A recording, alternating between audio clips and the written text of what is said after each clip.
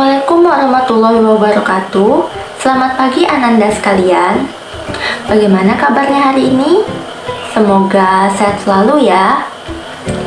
Baiklah, sebelum kita memulai pembelajaran pada hari ini, ada baiknya kita berdoa terlebih dahulu menurut agama dan kepercayaannya masing-masing. Ibu minta kesediaan ketua kelas untuk memimpin doa. Baiklah, Ananda sekalian, sekali lagi Ibu ingatkan kembali, jangan lupa untuk mengisi daftar kehadiran sebagai bukti Ananda mengikuti pembelajaran hari ini. Baiklah, langsung saja kita mulai pembelajaran kali ini. Pada pertemuan sebelumnya, Ananda telah mempelajari konsep, tekanan, dan hukum-hukum pada fluidostatis. Artinya, Ananda telah mengetahui apa saja hukum-hukum yang berlaku pada fluidostatis, khususnya pada zat cair. Seperti yang Ananda ketahui, zat cair sendiri memiliki partikel yang renggang, sehingga apabila ada objek di atasnya, dapat tenggelam apabila massa jenis objeknya lebih besar daripada massa jenis air. Namun, pernahkah Ananda melihat serangga seperti nyamuk yang dapat hinggap bahkan dapat berjalan di atas permukaan air? Kira-kira mengapa ya nyamuk tersebut dapat melakukan hal itu tanpa khawatir akan tenggelam? Nah, jika Ananda ingin mengetahui jawabannya, mari simak pembelajaran hari ini hingga akhir dengan semangat.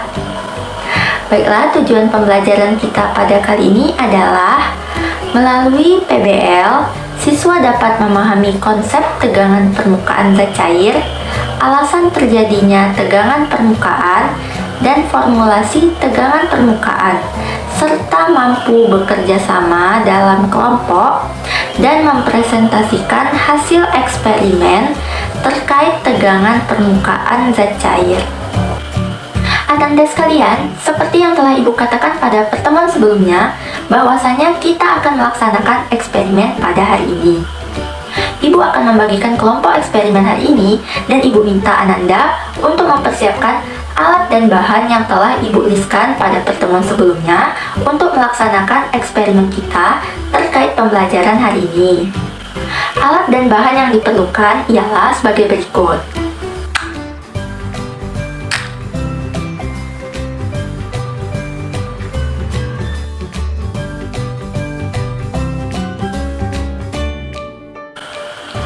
Kita akan melaksanakan eksperimen berdasarkan ELKPD yang mana tautannya telah Ibu bagikan kepada Ananda sekalian. Di sini, Ananda dapat mengisikan nama anggota kelompok, kelas, dan tanggal pengerjaan LKPD-nya. Sebelum melaksanakan eksperimen, diharapkan Ananda membaca terlebih dahulu ELKPD yang akan kita kerjakan nantinya. Ananda juga diminta untuk memberikan rumusan masalah dan hipotesis Ananda terkait hasil eksperimen ini. Ananda dapat melihat langkah-langkah eksperimen pada LKPD-nya dan mengajukan pertanyaan apabila ada langkah yang kurang dimengerti. Baiklah, Ibu beri waktu 10 menit untuk Ananda melakukan eksperimen dan 15 menit untuk mengisi ELKPD yang telah Ibu berikan kepada Ananda sekalian.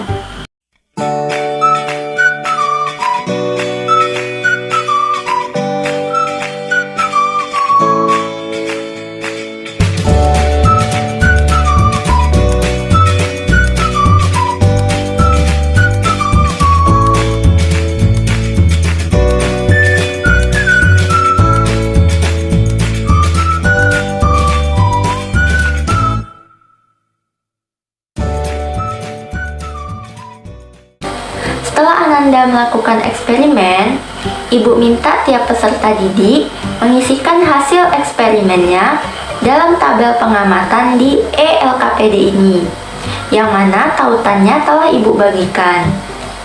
Walaupun eksperimen dilaksanakan secara berkelompok, pengisian LKPD tetap dilakukan secara individual ya, mengacu pada hasil eksperimennya. Setelah itu, Ananda dapat mengisi analisis data sesuai pertanyaan yang tertera dan memberikan kesimpulan eksperimen kita kali ini pada tabel kesimpulan. Baiklah, Ibu rasa Ananda sekalian telah selesai mengerjakan LKPD-nya. Ibu minta perwakilan kelompoknya untuk mempresentasikan hasil eksperimen kita pada hari ini. Baik, terima kasih kepada Ananda Ibu yang telah mempresentasikan hasil eksperimennya. Kita beri applause dulu pada teman-temannya. Dan untuk mengetahui benar atau tidaknya kesimpulan eksperimen yang telah Ananda laksanakan, serta untuk meningkatkan pemahaman Ananda mengenai materi pembelajaran kali ini, Ibu akan memaparkan sedikit materi mengenai pembelajaran kita kali ini, yaitu tentang tegangan permukaan pada zat cair. Sebelum kita memasuki materi pembelajaran, Ibu mau bertanya terlebih dahulu nih. Ibu mau bertanya kepada Yeri. Menurut Yeri, apa sih tegangan itu? Gak tahu, Bu. Masa sih nggak tahu? Coba Ibu tanya Jeno deh. Menurut Jeno, apa sih tegangan itu? Atau pernah nggak melihat karet gelang yang ditarik? Pernah, Bu. Nah, bagaimana kondisi karet tersebut saat ditarik sekuat-kuatnya? Karetnya makin panjang, Bu, dan semakin lama semakin menegang. Ya, benar banget ya. Terima kasih Jeno atas jawabannya. Jadi, tegangan merupakan gaya yang bekerja pada suatu luasan benda. Sedangkan kondisi perpanjangan karet dinamakan tegangan. Ini sudah pernah kita pelajari pada semester lalu ya, pada materi elastisitas dan hukum Hooke. Nah, ternyata tegangan tidak hanya terjadi pada benda padat saja loh, tetapi zat cair juga mengalami tegangan. Tegangan yang terjadi pada zat cair dinamakan tegangan permukaan. Jadi, tegangan permukaan adalah kecenderungan permukaan zat cair untuk meregang akibat suatu gaya tarikan sehingga permukaannya seperti diselubungi selaput tipis elastis. Molekul-molekul yang berada pada lapisan ini berusaha memperkecil luas permukaannya. Misalkan kita memiliki zat cair yang tertampung di dalam wadah. Apabila kita perbesar, akan terlihat bahwa zat cair memiliki molekul-molekul atau atom-atom penyusun zat cair tersebut. Seperti yang Ananda ketahui, zat cair memiliki susunan molekul yang renggang. Nah, sesuai materi pembelajaran kita pada pertemuan sebelumnya, kita ketahui bahwa apabila dua molekul zat cair saling berdekatan, maka akan terjadi gaya tarik-menarik antar molekul. Nah, Ibu ingin bertanya lagi nih, gaya apa sih yang terjadi antar molekul zat cair tersebut sehingga ia saling tarik-menarik? Ibu mau tanya kepada Abel. Menurut Abel, gaya apa? Gaya adesi, Bu. Baik, terima kasih Abel atas jawabannya. Kalau Amara, menurut Amara benar tidak jawaban Abel? Atau Amara punya jawaban lain? Menurut saya gaya kohesi, Bu. Baik, terima kasih ya Amara dan Abel atas jawabannya. Jadi, seperti jawaban yang telah dikemukakan oleh Amara, gaya tarik-menarik antar molekul ini disebut sebagai gaya kohesi. Jika kita amati molekul yang berada di dalam atau di tengah air, maka ia akan mengalami gaya tarik-menarik dengan molekul air di sekitarnya, seperti ilustrasi di samping. Gaya tarik-menarik yang bekerja pada molekul air ini sama besar dan ke segala arah, sehingga gaya yang bekerja saling meniadakan atau resultan gayanya sama dengan 0. Namun, jika kita amati molekul yang berada di permukaan air, gaya tarik ke bawah lebih besar atau resultan gayanya ke arah bawah sehingga molekul permukaan air merapat dan terbentuk seperti lapisan permukaan air yang molekulnya lebih rapat karena gaya tarik menariknya dan seakan-akan terselubung selaput tipis elastis. Selaput ini cenderung menyusut sekuat mungkin hingga mencapai permukaan tersempitnya. Inilah yang disebut sebagai tegangan permukaan pada zat cair. Tegangan permukaan menyebabkan setetes cairan membentuk bulir-bulir bola karena cairan akan mendapat daerah permukaan tersempitnya. Contohnya dapat kita amati pada tetesan embun pagi yang berada di atas rerumputan atau pada tetesan air hujan yang berada di atas permukaan daun talas. Nah, untuk mengetahui persamaan dari tegangan permukaan ini dapat kita ketahui dengan sebuah kawat yang dibengkokkan membentuk huruf U seperti ini. di bagian bawah kawat berbentuk huruf U tadi diberikan seutas kawat lurus yang dapat bergerak pada kaki kawat. Kawat ini kemudian diberikan lapisan zat cair, dan untuk memudahkan biasanya digunakan lapisan air sabun. Kita misalkan panjang kawat ini adalah L. Saat dicelupkan dalam larutan air sabun, maka kawat lurus akan tertarik seperti ini. Hal ini dikarenakan lapisan air sabun memiliki tegangan permukaan yang arahnya ke atas, sedangkan kawatnya memiliki berat yang arahnya ke bawah. Lalu, bagaimana cara kita untuk mengetahui gaya yang bekerja? Caranya, kita tarik kembali kawat lurus ke posisi semula, sehingga akan ada gaya tarik ke bawah, yaitu FB. Dari sini kita ketahui gaya yang bekerja sudah setimbang ya, sehingga berlaku hukum 1 Newton, yaitu resultan gaya sama dengan 0. Kita masukkan ke persamaannya, yaitu F sama dengan W kurang FB sama dengan 0, atau F sama dengan W tambah FB sama dengan 0. Ini adalah total gaya yang menahan kawat ke bawah, atau gaya tegangan permukaannya. Nah, tegangan permukaan sendiri dirumuskan sebagai perbandingan antara gaya tegangan permukaan atau F dengan panjang permukaannya atau L. Tegangan permukaan sendiri dilambangkan sebagai gamma.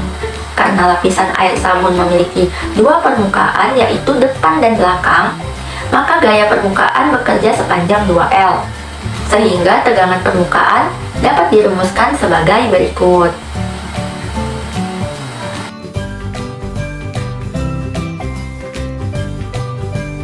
Besarnya tegangan permukaan pada zat cair juga dipengaruhi oleh faktor-faktor tertentu, yaitu yang pertama ada jenis cairan. Pada umumnya, cairan yang memiliki gaya tarik antar molekulnya besar, seperti air, maka tegangan permukaannya juga besar. Sebaliknya, pada cairan seperti bensin, karena gaya tarik antar molekulnya kecil, maka tegangan permukaannya juga kecil. Yang kedua ada suhu zat cair. Tegangan permukaan cairan turun apabila suhu naik. Karena dengan bertambahnya suhu, molekul-molekul cairan bergerak lebih cepat dan pengaruh interaksi antara molekul berkurang, sehingga tegangan permukaannya menurun. Yang ketiga ada pengaruh dari zat terlarut. Adanya zat terlarut pada cairan dapat menaikkan atau menurunkan tegangan permukaan. Untuk air, adanya elektrolit anorganik dan non-elektrolit tertentu seperti sukrosa dan gliserin dapat menaikkan tegangan permukaan. Sedangkan adanya zat-zat seperti sabun, deterjen, dan alkohol efektif dalam menurunkan tegangan permukaan pada zat cair. Baiklah Ananda Ibu sekalian, di sini Ibu akan memberikan contoh soal, di mana contoh soalnya adalah sebatang kawat dibengkokkan seperti huruf U.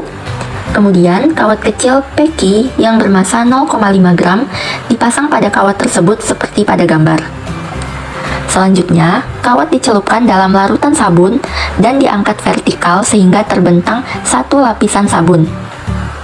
Tampak kawat kecil PQ mengalami gaya tarik ke atas. Agar terjadi kesetimbangan, maka pada kawat kecil PQ digantungkan massa seberat 0,2 gram. Jika panjang kawat PQ sama dengan 20 cm, berapa tegangan permukaan lapisan sabun tersebut? Nah, coba Ananda perhatikan, di sini ada gambar. Di gambar ini adalah kawat berbentuk huruf U dan terdapat kawat lurus di bawahnya dan digantungkan massa 0,2 gram. Lalu kita lihat pembahasannya ya. Nah, di sini kita perhatikan pembahasannya, di mana gaya ke atas adalah gaya tegangan permukaan, atau F sama dengan WK tambah WB. WK itu adalah berat kawat dan WB adalah berat dari benda yang digantungkan pada kawat lurus. Lalu dijabarkan lagi, F itu menjadi 2 gamma L. Gamma itu merupakan lambang tegangan permukaan seperti yang sudah kita bahas tadi, sama dengan MK tambah MB dikalikan G. MK itu adalah massa kawat ditambah massa benda dikalikan percepatan gravitasi. Dan dijabarkan kembali, di mana tegangan permukaan sama dengan massa kawat ditambah massa benda per 2 kali panjang kawat dikalikan percepatan gravitasi. Nah, maka diperoleh hasilnya sebagai berikut, di mana kita konversikan dulu panjang kawat dari 20 cm menjadi satuan meter, yaitu 0,2 meter. Dan didapat hasil tegangan permukaan lapisan sabun adalah 0,0175 Newton per meter. Nah, berdasarkan materi yang telah Ibu paparkan tadi, Ibu ingin Ananda Ibu menyimpulkan pembelajaran kita pada hari ini. Baik, coba Ibu minta Anin. Ibu minta untuk menyimpulkan pembelajaran kita pada hari ini ya. Baik Bu, saya akan menyimpulkan pembelajaran pada hari ini. Kesimpulannya yaitu tegangan permukaan merupakan kecenderungan zat cair untuk meregang akibat gaya tarik. Contoh tegangan permukaan yaitu pada embun. Faktor yang mempengaruhi tegangan permukaan ada 3, yaitu jenis cairan, suhu zat cair, dan zat terlarut. Benar sekali. Kita beri apresiasi dulu kepada Anin. Terima kasih ya Anin sudah menyimpulkan pembelajaran kita pada hari ini. Jadi kesimpulan pembelajaran kita pada hari ini yakni tegangan permukaan adalah kecenderungan permukaan zat cair untuk meregang akibat gaya tarik, sehingga permukaannya seperti diselimuti selaput tipis elastis. Tegangan permukaan terjadi akibat gaya kohesi pada zat cair, sehingga pada permukaannya memiliki molekul yang rapat seakan-akan diselimuti selaput tipis elastis, dan selaput ini cenderung menyusut sekuat mungkin. Tetesan cairan membentuk bulir-bulir bola dikarenakan cairan akan mendapatkan daerah tersempitnya. Hal ini dapat kita amati pada tetesan embun atau tetesan air hujan. Jenis cairan, suhu zat cair, dan zat terlarut memengaruhi tinggi rendahnya tegangan permukaan pada zat cair. Ananda sekalian, setelah pemaparan materi tadi, kira-kira apa jawaban terkait peristiwa nyamuk yang dapat berjalan di atas air yang Ibu tanyakan pada awal pembelajaran tadi? Ya, Bian, silakan dijawab. Karena tegangan permukaan, Bu. Ya, terima kasih Bian atas jawabannya. Jadi, konsep fisika yang dapat menjawab mengapa nyamuk dapat berjalan di atas permukaan air berdasarkan hasil eksperimen yang telah kita lakukan bersama-sama adalah akibat adanya tegangan permukaan pada zat cair. Tegangan permukaan adalah kecenderungan permukaan zat cair untuk meregang, sehingga permukaannya seperti diselubungi selaput tipis elastis. Molekul-molekul yang berada pada lapisan ini berusaha memperkecil luas permukaannya sehingga molekul di permukaan air saling merapat dan berkontraksi yang menyebabkan dapat menahan berat nyamuk saat berada di atas permukaan air. Baiklah Ananda Ibu sekalian, sebagai bahan penilaian terkait keberhasilan pembelajaran pada hari ini, maka Ibu akan berikan kuis. Mohon dicatat, didengarkan, dan diperhatikan baik-baik ya soalnya, anak-anak Ibu. Soalnya adalah sebuah kawat sepanjang 5 cm berada di atas permukaan zat cair. Apabila tegangan permukaan adalah 2 kali 10 pangkat min 3 Newton, maka besarnya tegangan permukaan zat cair adalah... Mohon dikerjakan kuisnya dan dikumpulkan secepatnya. Ibu kasih tenggat waktu di Google Classroom kita. Segera dikumpulkan. Baik, Ibu rasa Ananda semua sudah siap ya mengerjakan kuisnya? Sudah dikumpulkan anak-anak Ibu? Baik, terima kasih atas perhatiannya. Sekian dulu pembelajaran kita pada hari ini. Jangan lupa dibaca ya untuk materi pada pertemuan selanjutnya, yaitu tentang gejala kapilaritas dan viskositas fluida. Sekian dulu pembelajaran kita pada hari ini. Lebih dan kurangnya Ibu mohon maaf. Assalamualaikum warahmatullahi wabarakatuh.